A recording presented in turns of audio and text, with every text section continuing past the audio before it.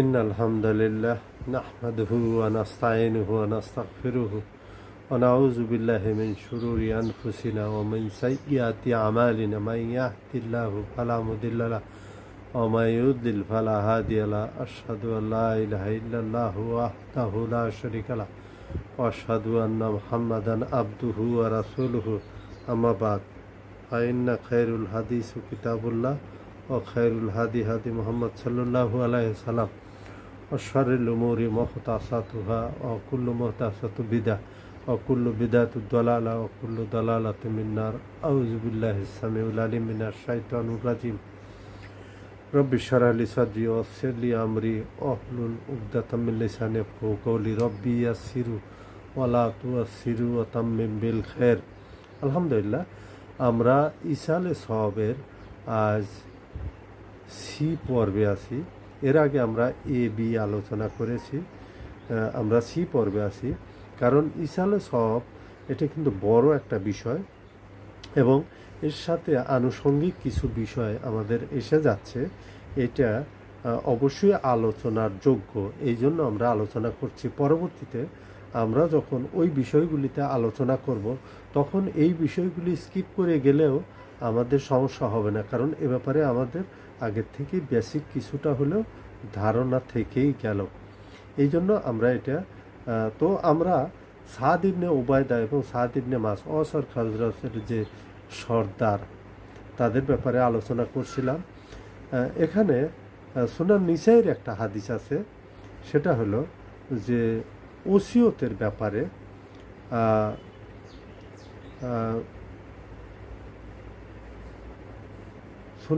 সুনান নিসাইতে যে সাদ ইবনে উবায়দার মাতার যে মৃত্যু সেই ব্যাপারে সুনান নিসাইতে একটা হাদিস আছে। তো রাসূল সাল্লাল্লাহু আলাইহি ওয়াসাল্লাম তো জিজ্ঞাসা করলেন, ইয়া রাসূলুল্লাহ, আমার মা কিছু ওসিয়ত ছিল, তো সেটা কি করব?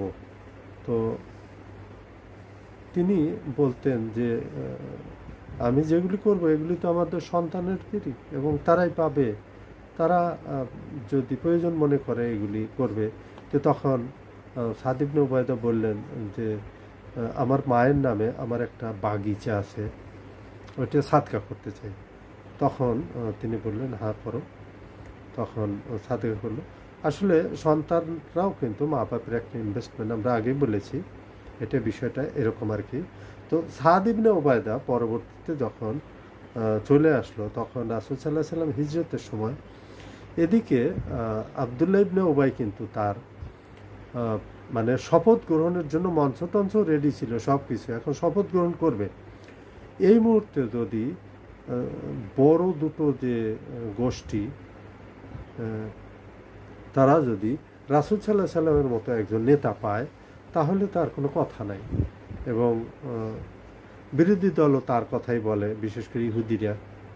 তো ওই দৃষ্টিকোণ থেকে এইভাবে মদিনায় এসে রাসূল সাল্লাল্লাহু আলাইহি ওয়াসাল্লাম ধীরে ধীরে ধীরে ধীরে যাত্রা শুরু করেন এবং ইসলামের গালেবা আসতে থাকে একের পর এক। সুনান নিসাইয়ের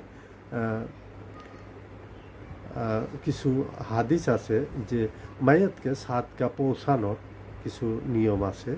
আমাদের দেশে যেগুলি প্রচলন আছে সে ব্যাপারে যদি দলিল থাকে ঠিক আছে, না থাকলে পরে করার কিছু নেই, যে যেটা করবে তার ফল সে ভোগ করবে। এটা বললেও এগুলির থেকে কেউ বিরত থাকে না, আর না বললেও যাই হোক সেটা আর কি।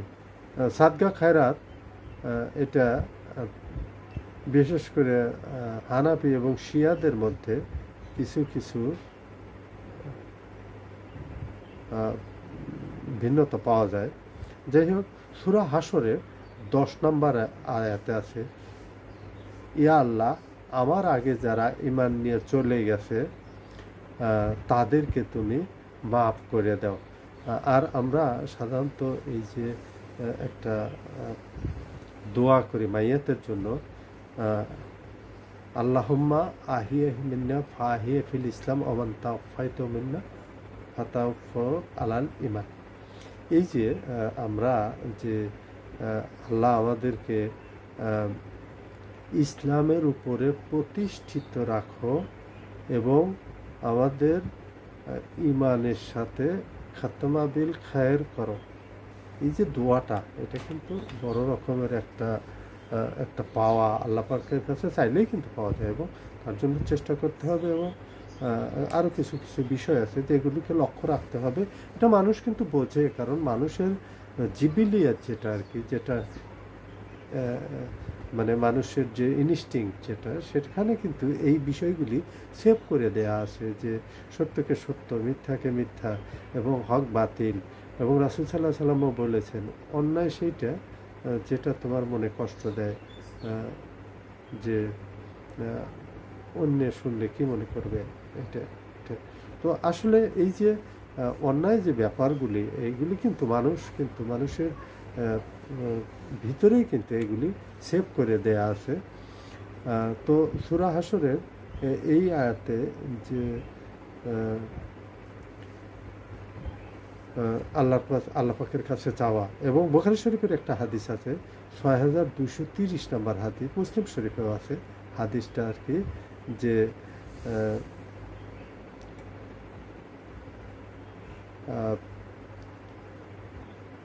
নামাজে সালাতে তাহাজ্জুদে একটা সূরা কিন্তু আছে এটা।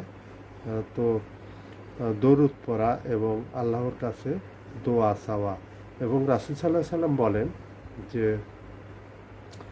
এক ব্যক্তি এসে তাড়াতাড়ি নামাজ শেষ করে তাড়াতাড়ি দোয়া করে চলে গেল। তখন রাসূল সাল্লাল্লাহু আলাইহি সাল্লাম বললেন যে এ একটু তাড়াহুড়োর ভিতরে আছে, দোয়ার ব্যাপারে তাড়াহুড়ো করতে না, একটু সময় নিয়ে আল্লাহ পাক ভালো জানে এবং আল্লাহ পাক অবশ্যই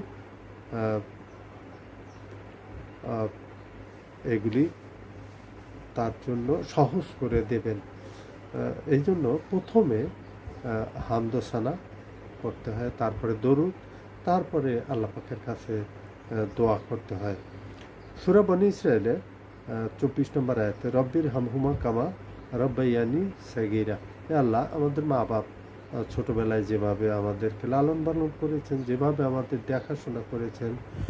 রব কিন্তু পালনকর্তাকে বলা হয়, যে পালে, খাবার দাবার থেকে শুরু করে সমস্ত ধরনের নিরাপত্তা এবং এগুলি যে ব্যাকআপ দেয় তাকে কিন্তু রব বলা হয়, এটা আর কি।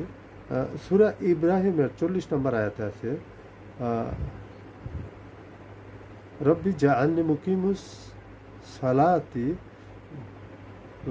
যুররিয়াতি কুররাতা, একটা আয়াত আছে, আমরা জানি যে আল্লাহ নামাজের মাধ্যমে এই দোয়াগুলি বেশি বেশি করে করতে হয় এবং পরিবার পরিজন এবং সন্তান সন্ততির জন্য দোয়া, এবং তারা যেন আমাদের চোখের তারা হয়ে থাকে, এগুলি তারা যেন, অর্থাৎ এগুলি কিন্তু এক ধরনের ইনভেস্টমেন্ট। এগুলি যদি আমরা ওইভাবে গড়ে না তুলি, ওইভাবে যদি আল্লাহ পাকের কাছে না চাই, তাহলে ওইটা কিন্তু পরে দেখা যাবে যে তারা অসৎ পথে অসৎভাবে চলে যাবে। তখন তারা নিজেদের ব্যাপারে চিন্তা ভাবনা করছে না, তখন মা বাপের কথা তো অনেক দূরের কথা। সূরা বাকারার ২০১ নম্বর আয়াত সেটা হলো রব্বানা আতিনা ফিদ দুনিয়া হাসানাতাও ফিল, আদম আলাইহিস সালামের যে না আদম আলাইহিস সালামের তো অন্যটা,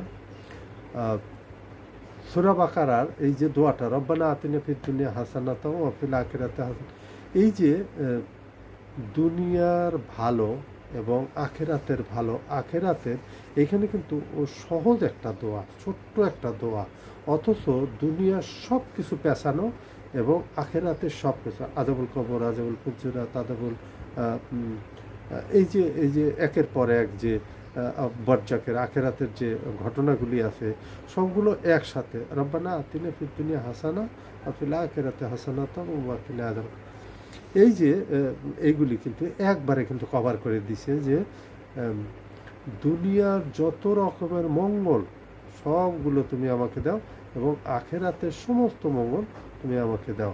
এটা কিন্তু সূরা বাকারার ২০১ নম্বর আয়াত। আরেকটা হলো বুখারী শরীফের একটা হাদিস আছে আর কি, 832 নম্বর হাদিস, সেটা হলো জীবন মৃত্যুর ফিতনা, জীবন মৃত্যুর ফিতনা, কবরের ফিতনা আর দাজ্জালের ফিতনা। 4টে ফিতনার ব্যাপারে বলা হয়েছে। জীবন মৃত্যু মানে জীবনে বিভিন্ন রকমের ঘাত প্রতিঘাত আছে, আল্লাহ পাক যেন আমাদের সহনশীল এবং সেগুলির থেকে ওভারকাম করার তৌফিক দান করে। আর মৃত্যুর সময় কিন্তু মানুষের বিভিন্ন ধরনের অসুস্থতা আসে, বিভিন্ন অবস্থায় আসে, সেগুলির থেকে যেন আল্লাহ পাক আমাদেরকে হেফাজত করে। এবং কবরের ফিতনা, কবরের ফিতনা যখন সওয়াল জবাব হবে তখন কিন্তু এক ধরনের আসে, হ্যাসিটেশন, এক ধরনের মানে মানুষের এক ধরনের আসে যে এটা কোনটা দেব, কোনটা, এক ধরনের আছে, সেগুলির থেকে আল্লাহ পাকের কাছে সাহায্য থাকে। আর ফিতনা দাজ্জাল যেটা আর কি, সেটা হলো দাজ্জালের সময় আমরা জানি বড় একটা ফিতনা, এবং প্রতিটা নামাজেই আমাদের এর জন্য দোয়া করা উচিত যে আল্লাহ পাক যেন আমাদের দাজ্জালের ফিতনা থেকে রক্ষা করেন। আর আল্লাহ পাক যাকে রক্ষা করেন তাকে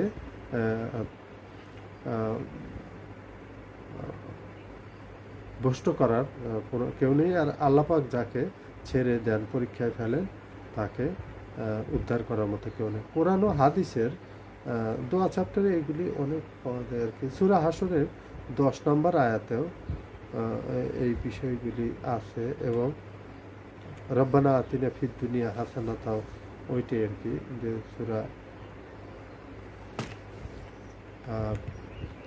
বুখারী শরীফের একটা হাদিস, 1240 নম্বর হাদিস, মুসলিম শরীফে আছে যে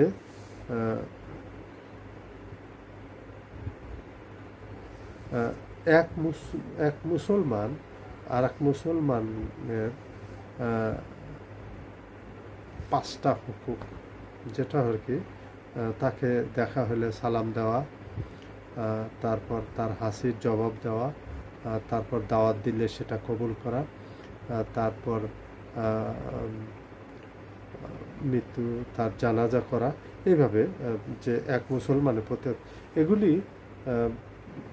এগুলি কিন্তু দিলেই পাওয়া যায়, এবং এগুলি কিন্তু জমা হতেই থাকে এই বিষয়গুলি আর কি। মেশকাতের 1660 নম্বর মেশকাতে। আর মুসলিম শরীফের হাদিস, জানাজার 40 জন যদি শিরিক মুক্ত ব্যক্তি, যারা শিরিক করে নেই, তারা যদি তার মাগফিরাতের জন্য দোয়া করে, তাহলে আল্লাহ পাক তার দোয়া কবুল করেন। এগুলি কিন্তু মাইয়াতের জন্য যে ইসালে সওয়াবের কিন্তু ক্যাটাগরিক্যালি এগুলি একের পরে আসতেছে। আমরা এর হাদিস নাম্বার এবং কোরআনের আয়াতের সূরা নাম্বার সহ আমরা বলার জন্য চেষ্টা করি। তিরমিজির 1024 নম্বর হাদিস এবং মিশকাতের 1675 নম্বর হাদিস, যে আল্লাহুম্মা গফিরলি হাইয়ানা ওয়া মাইয়াতানা, আমরা যেটা করে থাকি। এই দোয়াটা প্রতিটা নামাজে, প্রতিটা সময় বারবার এটা যেন আমরা পড়তে পারি, এবং জিকিরের ভিতরে এটি কিন্তু বিশাল মাপের একটা দোয়া। যদিও আমরা এই দোয়া করি না, আমাদেরকে করানো হয় না, আমাদেরকে বোঝানো হয় না, আমাদের অন্যরকম একটা সমাজ ব্যবস্থা, আমাদের ইমামরে পয়সা দিয়ে রাখছি, সে যা দোয়া করে কইরা বাস, যেই দোয়া করুক কইরা শেষ হয়ে গেলে বাস চলে যাও, বাস হয়ে গেছে, এখন দুনিয়ার কাজে ছড়ায় পড়ো, এটা আর কি আমাদের একটা অভ্যাস হয়ে গেছে। অথচ এগুলি আমাদের আমাদের সবচেয়ে বড় যে বিষয়টা, সেটা হলো আমাকেও কষ্ট দেয়, এবং সেটা হলো যে আমাদের নামাজ হয় না। ফজর নামাজেও আমাদের অনেক সমস্যা হয়, বিশেষ করে যে কারণে আমরা জোহর আসর, মাগরিবের শেষের রাকাত, এশার শেষের 2 রাকাত আমরা আদায় করতে পারি না। মোটামুটি 4 ওয়াক্তের নামাজ আমাদের জামাতের সাথে হয় না, একা একা পড়লে হয় না। আর সেই কারণে ফজর নামাজের পরে আমরা সেইটাই পড়ি, এবং ইসমে আজম কিন্তু আয়াতুল কুরসি, তার জন্য কোনো তারবিয়াত নেই, এবং আমরা শুধু সূরা হাশরের 3টা আয়াত এমনভাবে পড়ি, সবাই এক সুরে পড়ে দেয়, এটা কোনো দলিল নেই, কোনো নেই। আর এমনি তো আল্লাহ বলে দিয়েছেন যে যখন তোমার সামনে কোরআন তেলাওয়াত করা হয় তখন তুমি চুপ থাকো, যেন তোমার উপরে প্রশান্তি এবং আল্লাহর রহমত বর্ষিত হয়। অথচ আমরা ফজর নামাজে এই কামটা করি, করে আল্লাহ পাকের কোরআনের বিরুদ্ধে চলে। সূরা আরাফের 204 নম্বর আয়াতে যখন কোরআন পড়া হয় তখন তুমি চুপ থাকো। যে কারণে আমরা জোহর আসর এবং এই নামাজগুলি আমরা নষ্ট করি, আর সেই কাজটাই সকালে করি ফজর নামাজের পরে। এটা খুবই দুঃখজনক। আল্লাহ আমাদেরকে দান করে, জানি না কেন কবে আমাদের এই ধরনের গুনাহ থেকে, এই ধরনের কাজ থেকে। কারণ রাসূল সাল্লাল্লাহু আলাইহি সাল্লাম বলছেন যে নামাজে সূরা ফাতিহা পাঠ করে না তার নামাজই হয় না। যখন ইমাম কিরাত করে তখন তুমি চুপ থাকো, যখন ইমাম চুপ থাকে তখন অবশ্যই তোমাকে হাদিস অনুসরণ করতে হবে। এবং